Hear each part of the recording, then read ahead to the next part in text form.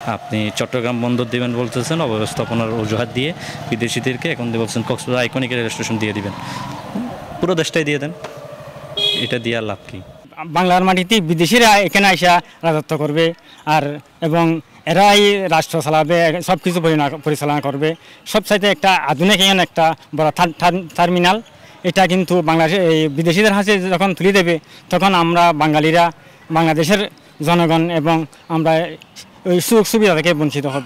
বাংলাদেশে এই সম্পদ বিদেশির হাতে তুলে দিলে সেটা কিন্তু ভালো কিছু বই আনবে না বলে আমার মনে হচ্ছে না। আসলে হচ্ছে আমাদের দেশের সম্পদ, এই সম্পদ আমাদেরকে দেখে রাখতে হবে এবং বিদেশের হাতে না যাওয়াটাই মনে করি আমরা ভালো। এত সুন্দর একটা পরিবেশ, এটা বিদেশিরা যেন না চালায়, আমরা যেন চালাইতে পারি, ওই দিক দিয়ে খেয়াল রাখতে হবে আর কি। এটা হচ্ছে বাংলাদেশের ভালো একটা সংস্থা দেখে এটা দিতে হবে, যেন এটা ভালোভাবে পরিচালনা করতে পারে, ওইরকম লোক দেখে এটা ওনাদের হাতে দিতে হবে।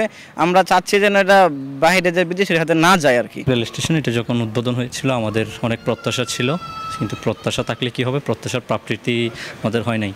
দেশের আন্তর্জাতিক মানের এই রেল স্টেশনটি কিন্তু এখন পুরোদমে কার্যক্রম চালু হয়নি। আমরা যেরকম আশা করেছিলাম সেরকম চালু হয়নি এবং বিগত সরকারের আমলে আমরা যেটি দেখতে পেয়েছি তড়িঘড়ি করে এটা চালু করা হয়েছিল। এবং যে বর্ষাকাল হয় আপনি কিন্তু দেখবেন যে স্টেডিয়াম চত্বরে কিন্তু মানুষের দাঁড়ানোর জন্য জায়গা নেই।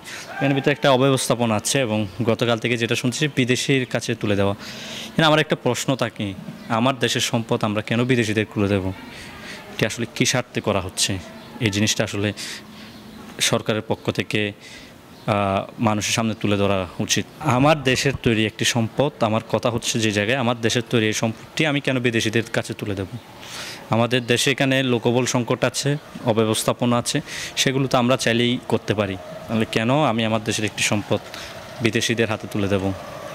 আপনি চট্টগ্রাম বন্দর দিবেন বলতেছেন অব্যবস্থাপনার অজুহাত দিয়ে বিদেশিদেরকে, এখন বলছেন কক্সবাজার আইকনিক রেল স্টেশন দিয়ে দিবেন।